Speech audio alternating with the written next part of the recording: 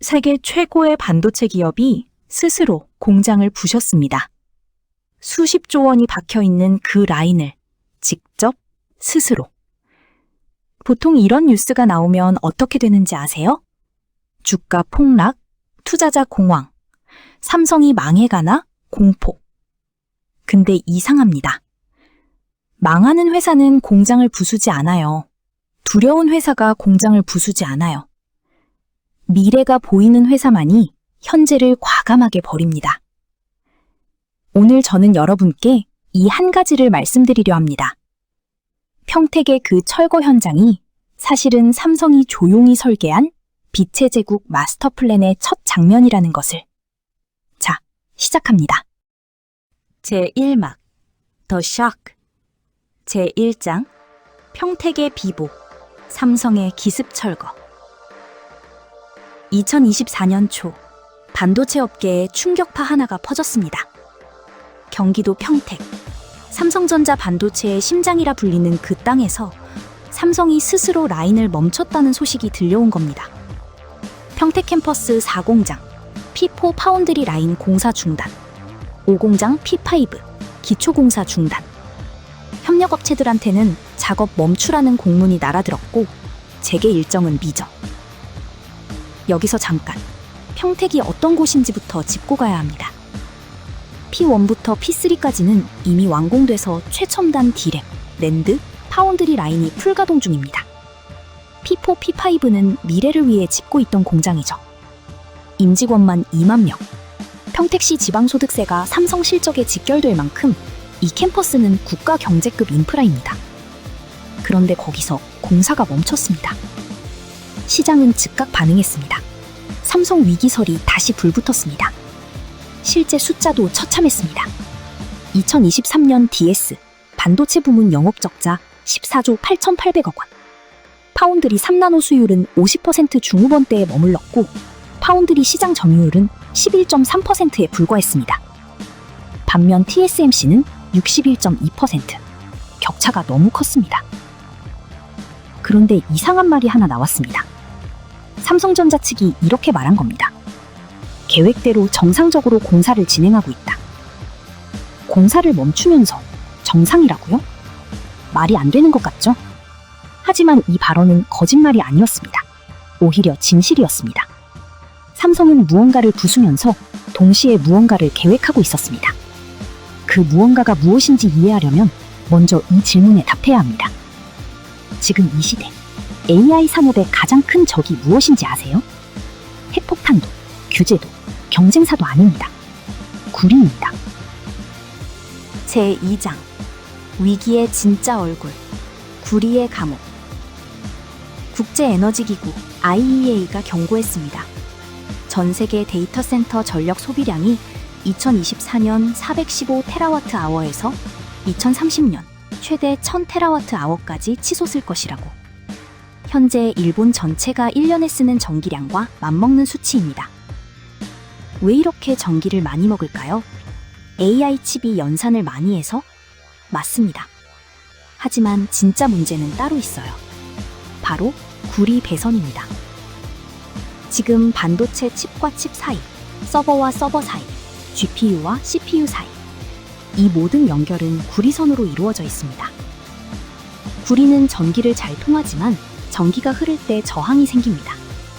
저항이 생기면 열이 납니다. 고성능 AI 연산 환경에서 렉 하나의 전력 밀도가 300kW에 달하는 사례도 나오고 있는데 여기서 변환 효율이 4%만 손실돼도 수킬로와트의 열이 추가 발생합니다. 그 열을 식히려고 냉각 장치를 또 돌리고 냉각 장치에 또 전기가 들어가는 악순환이 시작됩니다. 속도 문제는 더 심각합니다. AI 칩이 처리하는 데이터는 폭발했는데 구리선이 감당할 수 있는 데이터 전송 용량은 그대로입니다. GPU, CPU, 서버를 연결하는 데이터 센터의 고속도로, 스위치에서 병목이 터지기 시작했습니다.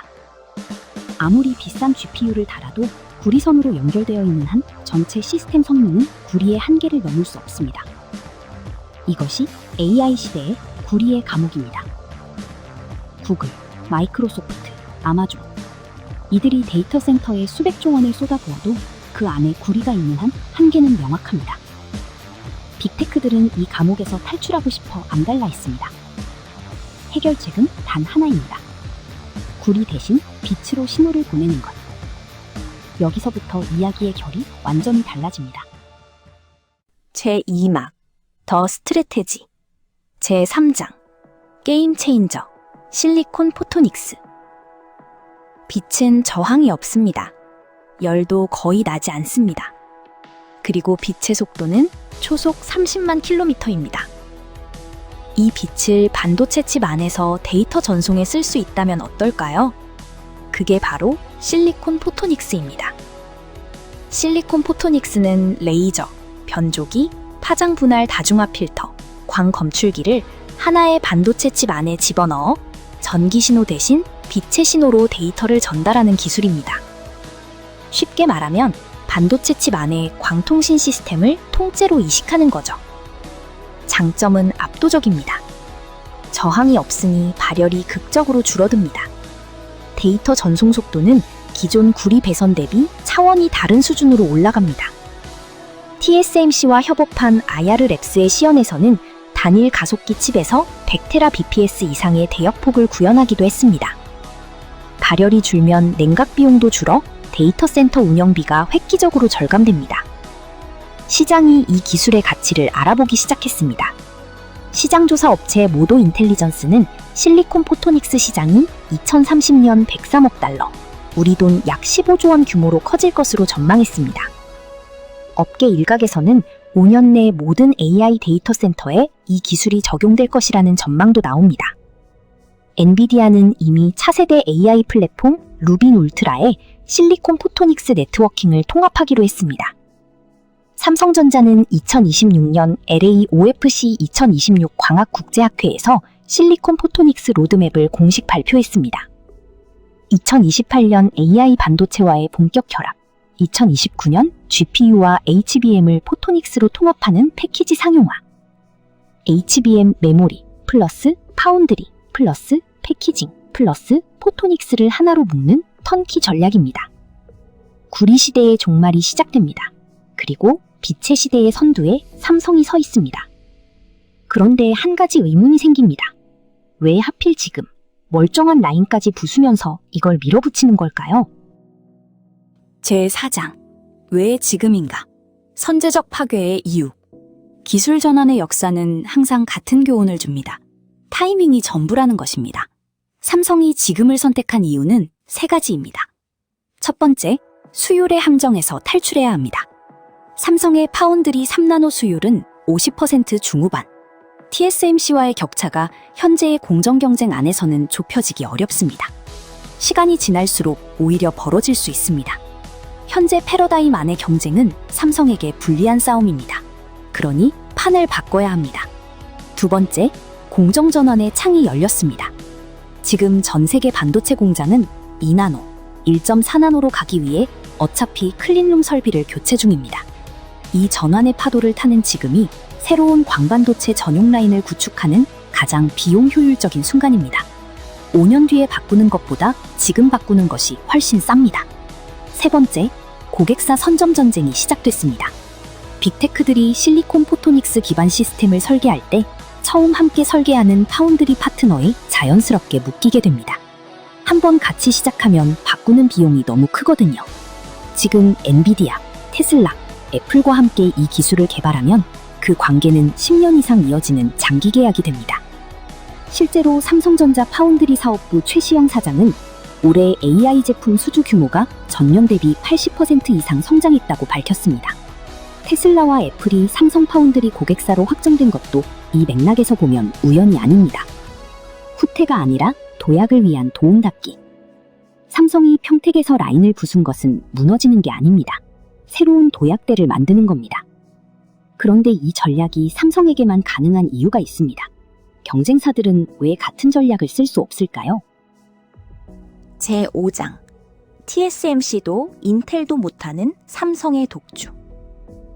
AI 반도체 하나가 만들어지는 과정을 단순하게 쪼개면 3단계입니다. 설계, 파운드리, 패키징. 지금까지 이 세 영역은 각각 다른 회사들이 전문적으로 맡아왔습니다. 그런데 AI 반도체의 복잡도가 폭발하면서 이 분업 구조의 한계가 드러나기 시작했습니다. HBM 메모리를 칩에 붙이고 실리콘 포토닉스까지 통합하려면 설계, 파운드리, 패키징이 한 몸처럼 움직여야 합니다. 각 단계의 경계에서 생기는 병목과 정보 단절이 최적화를 불가능하게 만들기 때문입니다. 업계에서는 이것을 파운드리 2.0 시대라고 부릅니다. 단순 위탁 생산을 넘어 설계부터 패키징까지 전 공정을 통합 제공하는 능력이 새로운 경쟁력이 되는 시대입니다. 자, 이 기준으로 경쟁사를 살펴봅시다. TSMC는 세계 최고의 파운드리지만 자체 메모리가 없습니다. SK 하이닉스는 HBM이 뛰어나지만 파운드리가 없어서 TSMC의 코오스 패키징 공정을 빌렸습니다. 인텔은 파운드리를 갖고 있지만 수율과 메모리 경쟁력이 부족합니다. 삼성전자는 다릅니다. HBM 플러스 파운드리 플러스 첨단 패키징. 이 세 가지를 동시에 보유한 기업은 전 세계에서 삼성전자 하나뿐입니다. 이것이 삼성의 턴키 전략입니다. 고객이 AI 칩 이런 거 만들어줘 라고 하면 삼성이 원스톱으로 전부 해결해 줍니다. 엔비디아와 AMD가 삼성에 러브콜을 보내는 이유가 여기에 있습니다. TSMC 하나에만 의존하는 건 리스크라는 판단과 함께 삼성의 통합 솔루션이 강력한 대안이 됩니다.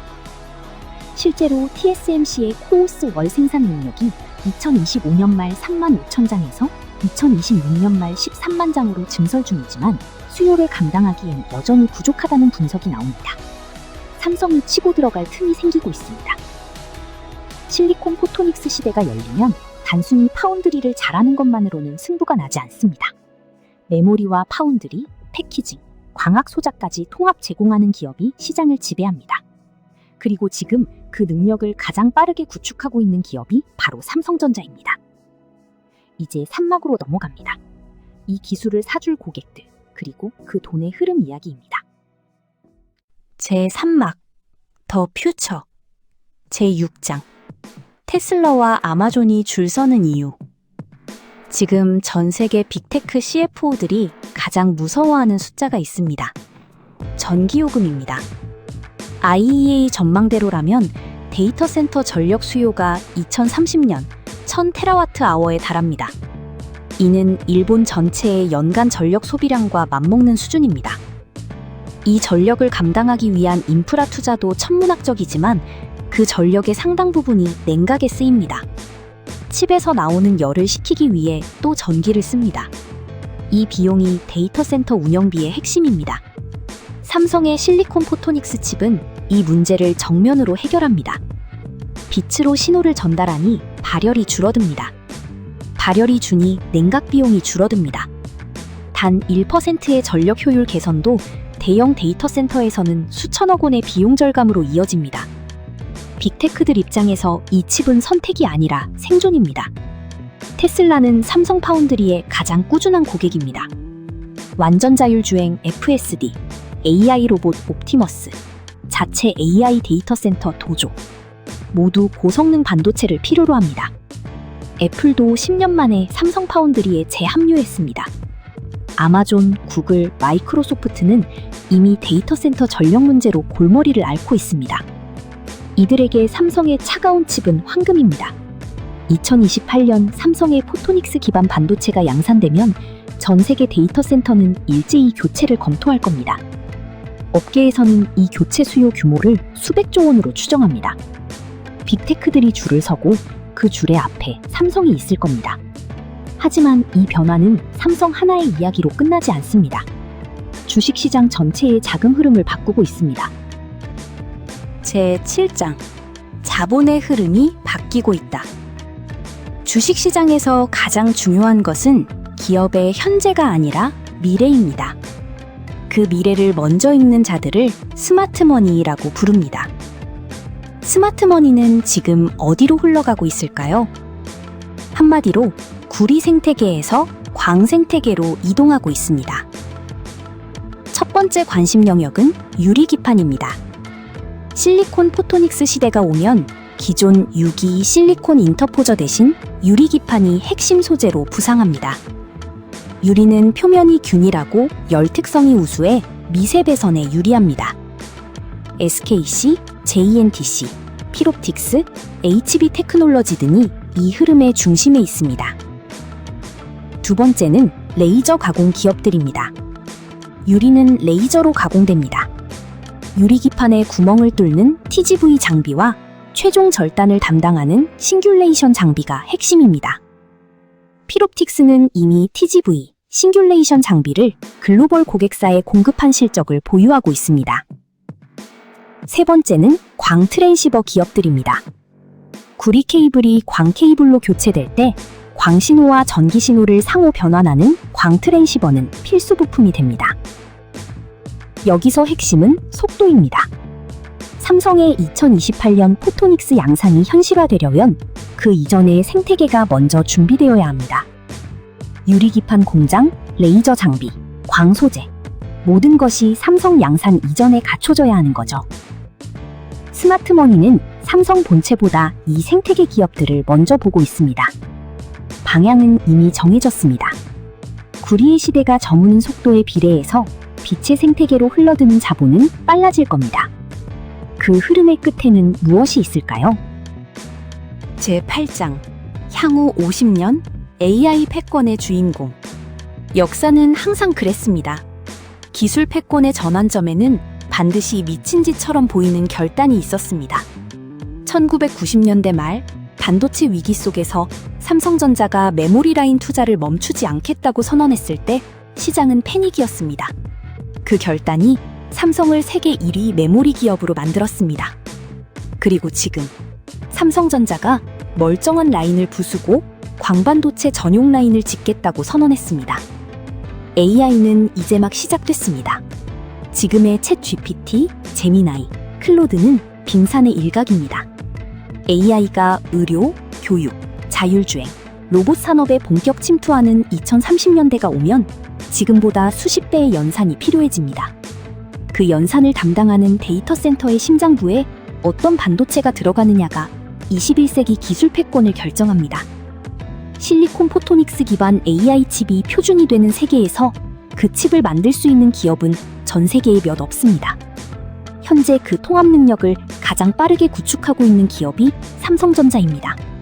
2028년 포토닉스 양산, 2029년 GPU와 HBM의 광통합 패키지. 이 로드맵이 현실화되면 삼성전자의 기업 가치 재평가는 불가피합니다. 물론 리스크는 있습니다. 수율 개선이 늦어질 수 있고 TSMC가 포토닉스에서 삼성을 앞설 수도 있습니다. 지정학적 변수도 여전합니다. 기술 전망은 항상 현실보다 낙관적이었다는 역사적 교훈도 잊어선 안 됩니다. 하지만 이것만큼은 분명합니다. 삼성은 지금 도망가고 있는 게 아닙니다. 앞으로 달려가고 있습니다. 아직 아무도 가보지 않은 빛의 길을 향해서. 평택의 철거 현장은 무너지는 삼성의 모습이 아닙니다. 새로운 제국의 기초공사가 시작되는 장면입니다. 전자의 시대가 저물고 광자의 시대가 열리는 이 거대한 전환점에서 삼성전자는 지금 역사적 결단을 내리고 있습니다. 삼성이 부순 것은 공장이 아닙니다. 구리의 시대입니다. 그리고 그 자리에 세워지고 있는 것이 바로 빛의 제국입니다. 앞으로 이 이야기가 어떻게 전개될지 저도 여러분과 함께 지켜보겠습니다. 구독과 좋아요, 그리고 알림 설정까지 부탁드립니다. 다음 편도 놓치지 마세요. 감사합니다.